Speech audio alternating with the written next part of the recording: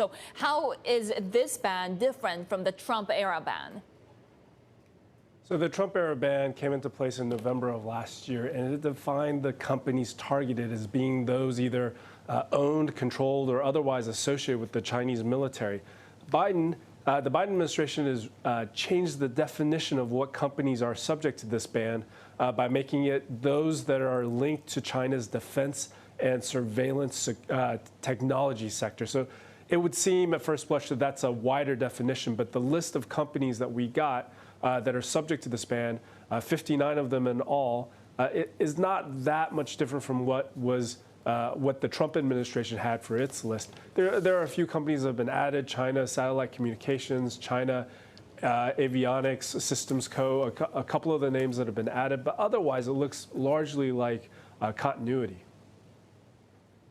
So we had some legal challenges, right, by a couple of the Chinese companies that were part of this. Does this revised list make it more, I guess, legally sound?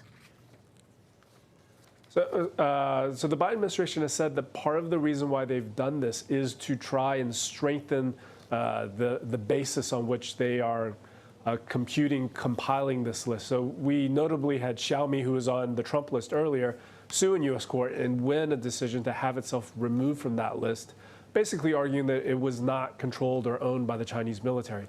This seems to be an effort by the Biden administration to avoid that from happening again. So we have seen sort of a response coming from the foreign ministry, Wang Weng being the spokesperson, saying that China will take measures to firmly uphold the interests of Chinese companies. What could that look like?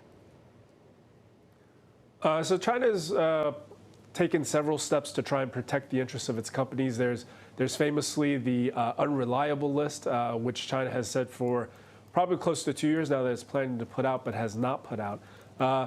I think that's probably what we'll see in response to this list. Beijing's trying to calibrate a response that will show it's defending its interests but also not risk escalation with Washington.